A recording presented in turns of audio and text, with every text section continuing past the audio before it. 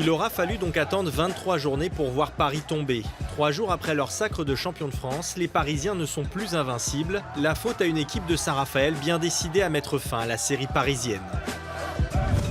Adrien Dipanda, le capitaine, montre d'entrée la voie sur jeu rapide après un arrêt de Popescu. Imité dans la foulée sur une action quasi similaire par Alexandru Simicu. Joël Da Silva le sait, ce match va se jouer dans la tête. Raphaël Cocheteux s'invite aussi à la fête et après 2 minutes de jeu, il permet au SRVHB de mener 3-0. L'entame de match est idéale. Paris va profiter de nombreuses pertes de balles des Varois et Nedim Remili permet aux Parisiens de virer en tête au quart d'heure de jeu. Un avantage de courte durée, chaque équipe répond à l'autre. À la pause, c'est un score de parité, 15 partout. Écoute, une bonne première mi-temps, on est dans le rythme, on verra. Je sais que Paris aussi il joue sans gaucher, donc c'est un peu un truc à avoir deuxième mi-temps. Un petit peu jouer encore plus les montées de balles sur le côté gauche. Maintenant voilà, il y a un truc à faire, donc on va essayer de le faire aujourd'hui. Au retour des vestiaires, Paris tombe sur un Popescu décidément infranchissable en championnat. Il réalise 3 arrêts en moins de 3 minutes. L'autre homme fort du moment, Raphaël Cocheteux, se montre lui adroit à 7 mètres et soigne ses stats avec 14 buts au total, un record cette saison. Les Parisiens n'y arrivent décidément pas, avec seulement 3 buts inscrits en 10 minutes.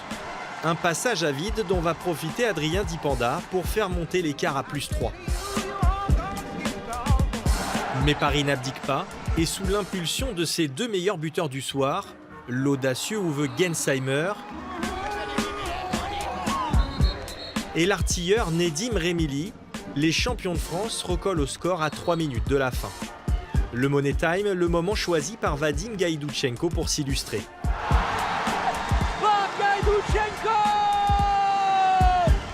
Une dernière inspiration de Raphaël Cocheteux permet à Hampus Yedelbach d'achever le travail. Saint-Raph s'impose 33-31.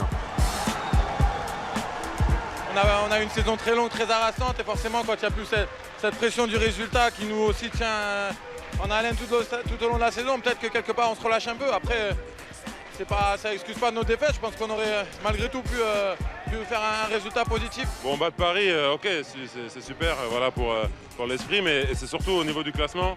On repasse devant Aix, bon, avec un match d'avance bien sûr. On espère, on ne sait pas, avec un petit peu de chance que la 6e place serait européenne, on n'en sait rien. Mais en tout cas, c'est ce qu'on s'est dit. Peut-être si elle l'est, il faut qu'on n'ait aucun regret. Ce succès permet à Saint-Raphaël de mettre la pression sur Aix-en-Provence qui se déplace cette semaine à Nantes.